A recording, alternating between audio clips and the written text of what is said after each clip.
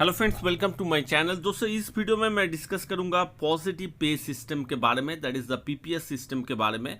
बहुत सारा क्वेश्चंस आपके दिमाग में आएगा, तो मैंने कुछ क्वेश्चंस यहाँ पे नोट डाउन किया है, शॉर्टिंग किया है और उसका आंसर भी आपको बताऊंगा।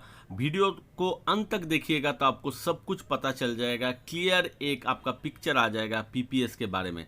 तो चलिए वीडियो को शुरू करते हैं। जो लोग मेरे चैनल को सब्सक्राइब नहीं किया है, kindly subscribe my channel immediately.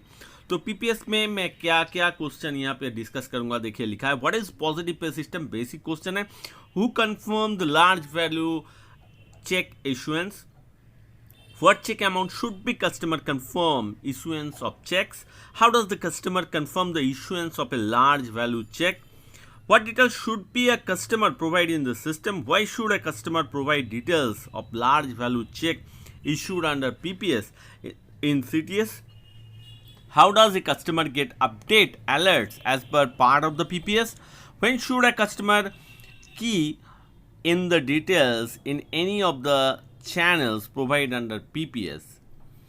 How does PPS help in preventations of fraud? Will checks not registered under PPS be returned or is any charges?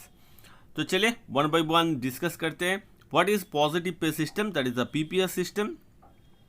The concept of positive pay involves a process of reconfirming the issuance of large value checks by keying in minimum details of check. It enhances the safety of check based transactions. तो आपने किसी को check दिया है large value amount, ठीक है, तो उसका एक रिकन्फर्म आपको बैंक में सबमिट करना पड़ता है। तो बैंक जब क्लियरिंग में चेक को देखेगा, आपका अगर पहले से ही पॉजिटिव पे सिस्टम दिया रहेगा, कि रिक्वेस्ट दिया रहेगा, चेक नंबर, अमाउंट, किस पार्टी को आपने दिए हैं, वो डिटेल्स आपका अगर पहले से ही सबमिट किया रहेगा, तो क्या होगा, वो बैंक क्या करेगा, आपका चेक पास कर देगा। तो ये है पॉजिटिव पे सिस्टम। और इससे क्या कर सकते हैं आप, बहुत सारा फ्रॉड जो हो रहा है चेक में, जैसे फ्रॉड होता है, जैसे कि चेक कभी कभार होता है कि जो अमाउंट भरा गया है उसको मिटा दिया जाता है, फिर नया अमाउंट उसमें बिठाया जाता है, तो बहुत सारा फ्रॉड इसमें रोक सकते हैं। Who confirm the large value cheques issuance? Customer confirms large value cheque through mobile apps, internet banking, branch banking channel. Mobile bank से आप कर सकते हो, इंटरनेट बैंकिंग ऑनलाइन में भी कर सकते हो, या फिर ब्रांच में जाके भी कर सकते हो। वहाँ पे एक फॉर्म मिलेगा जहाँ पे आपको पूरा डिटेल्स देना है, चेक नंबर देना है, चेक डेट देना है, कितना अमाउंट का चेक दिए हैं, किस पार्टी को चेक दिए हैं, पूरा डिटेल्स आप फॉर्म फिलअप कर सकते हो ब्रांच में जाके भी। What cheque amount should the customer confirm issuance of cheque? RBI circular दिया है 25 सितंबर 2020 has made is optional for 50,000 तक ऑप्शनल था। 50,000 एवब जो है वो आपको देना ही पड़ेगा। अभी जो चालू हुआ है इसमें मैंडेटरी, और 5 लाख अगर है तो देना ही है, नहीं तो आपका चेक जो है वो रिटर्न हो जाएगा। But many banks provide PPS for all amounts 50,000 and above. तो बहुत सारा बैंक का अलग अलग रूल है, लेकिन 50,000 अबव अगर आप चेक काटते हो तो आप मेक श्योर पीपीएस जो है वो आपको भरना पड़ेगा, पॉजिटिव कॉन्फर्मेशन आपको देना ही पड़ेगा। How does the customer confirm the issuance of large value cheque? Customer is provided with service request in I banking, service request from mobile banking, specific format for submissions in branch banking. तो बहुत सारा चीज़, बहुत सारा platform से आप क्या कर सकते हो, इसका यूज़ कर सकते हो। और कैसे आपको बैंक में कभी कभी क्या होता है, सबसे बेहतर है आप अगर मोबाइल ऐप या नेट बैंकिंग से करते हो तो अच्छा रहेगा, आपको बैंक जाना ही नहीं पड़ेगा। What details should a customer provide in this system? तो क्या क्या डिटेल्स आपको देना पड़ेगा? Details of cheque issued by the customer are to be provided. एक है डेट देना पड़ेगा, अमाउंट देना पड़ेगा, चेक नंबर देना पड़ेगा, और name of the beneficiary, that is the pay name, आपको देना पड़ेगा। ये 4 मैंडेटरी फील्ड है। नेक्स्ट बहुत ही इंपॉर्टेंट क्वेश्चन है, how does PPS help in preventation of fraud? The CTS cheques received at the grids are matched with the PPS registered electronically. तो आपने जो पीपीएस फॉर्म भरा है या रजिस्टर किया है उसके साथ जो जो इन्फॉर्मेशन प्रोवाइड किया है, डेट, चेक, अमाउंट, पे नेम, ये जो आपने प्रोवाइड किया है वो सीटीएस चेक जहाँ रिसीव होता है उसके साथ मैच किया जाएगा। ठीक है, मैच है तो पास हो जाएगा, कोई प्रॉब्लम नहीं। इससे आपका क्या होगा, फ्रॉड जो है वो नहीं हो पाएगा। मिसमैच होता है, mismatch presenting and drawee banks are alerted. तो मिसमैच होता है तो प्रेजेंटिंग बैंक और ड्रॉई बैंक दोनों का अलर्ट मैसेज दिया जाता है, एक मेल भी दिया जाता है। Drawee bank can reach out to its customer to ensure the genuineness of the transaction.